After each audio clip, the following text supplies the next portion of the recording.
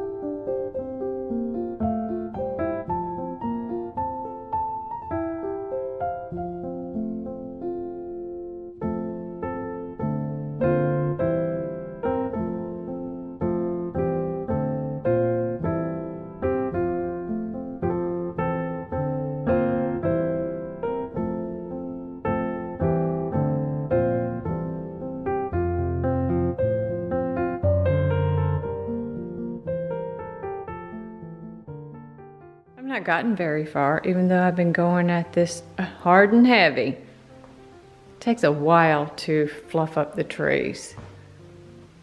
But can you tell the difference so far on the lower half?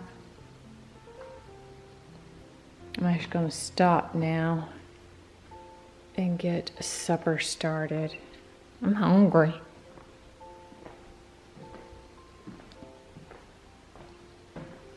And then the garland that I wrap around the tree, it's also lit, so it adds even more lights to the tree. If I was wrapping with garland that didn't have lights in it, I would probably be apt to put even more lights around the tree. I so dislike fluffing the tree.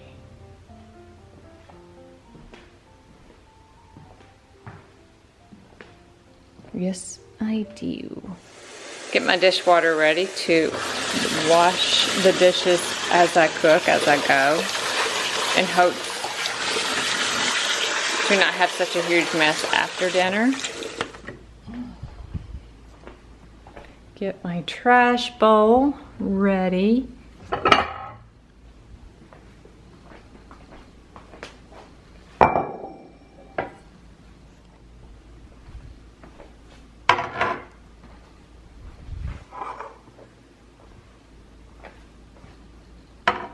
This recipe called for 2 jars of salsa to 3 pounds of ground beef.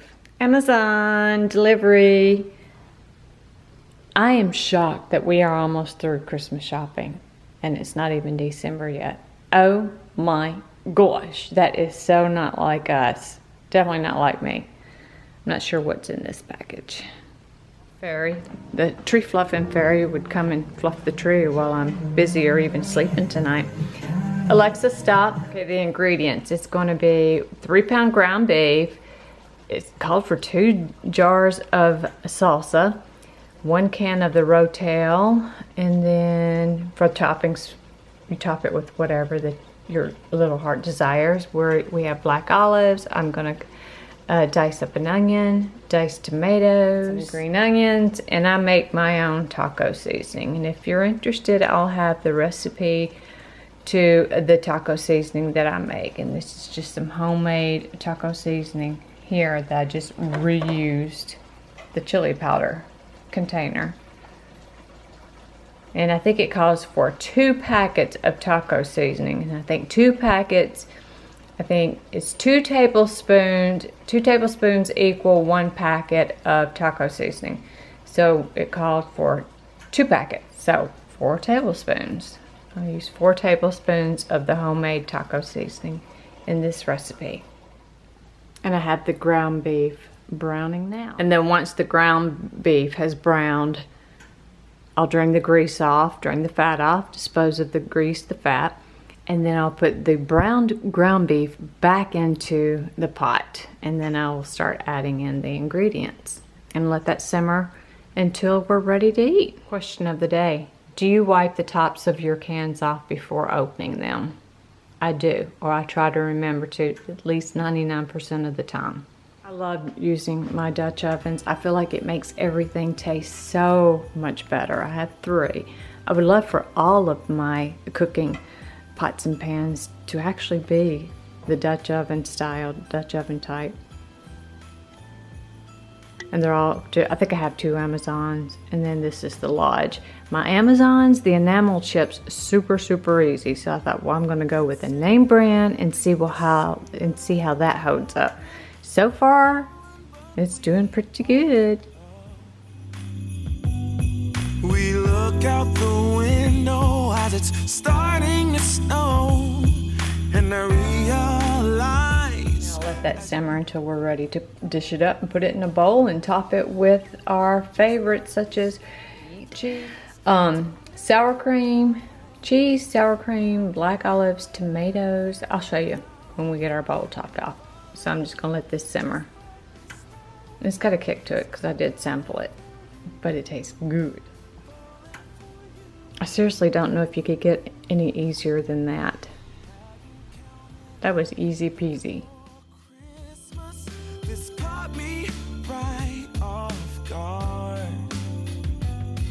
But I ain't complaining, it's a wonderful present, a gift that comes in the shape. Love that food dicer. Love, love, love it. If you don't have one, you gotta have one. Of course, you gotta be very, very careful with those blades. The first time I used it, all I was doing is laying a tomato down on top of it, and the tip of my finger barely touched it, and you guessed it, it happened.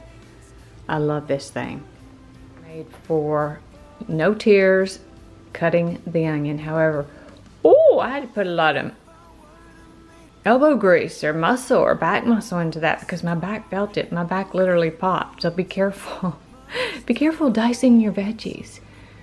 I love how it dices up the tomatoes, a true dicing. Not like I usually do when I'm supposed to be chopping tomatoes or dicing tomatoes. Mine are chopped, cut. But it just gives that perfect dice. Same with the onions. So we have the black olives, they were already sliced. I can appreciate when we buy the ones that are already sliced. And I'll have green onions with mine. I'll put the meat, the taco meat, into a bowl. And then I will top mine with tomatoes, green onions, black olives, and a sour cream, and salt and pepper to taste. Ken doesn't normally eat green onions, so I went ahead and diced up the white onion just in case he wanted it. And I love these bowls. I have tons of them. They came straight from New York, Corning glass in the lids, and they're only a couple of dollars each. When we fly into New York or go into New York, we try to pick up several of the bowls straight from where they're made. I love, love, love them. Just to finish washing up these few items I have, disinfect the sinks and the countertops and whatnot, and dry them down. And then we will be able to enjoy our taco in a bowl. Ken will put lettuce in his. We do have shredded lettuce. And then tomorrow I'll be making another batch of the faux potato salad, the keto potato salad. It has all the ingredients that I put into my potato salad minus the potatoes, and I replace it with cauliflower. I had 2 heads left. That's why I'm making out another batch, and I love it. I could eat it every day. I love it. Love, love, love it.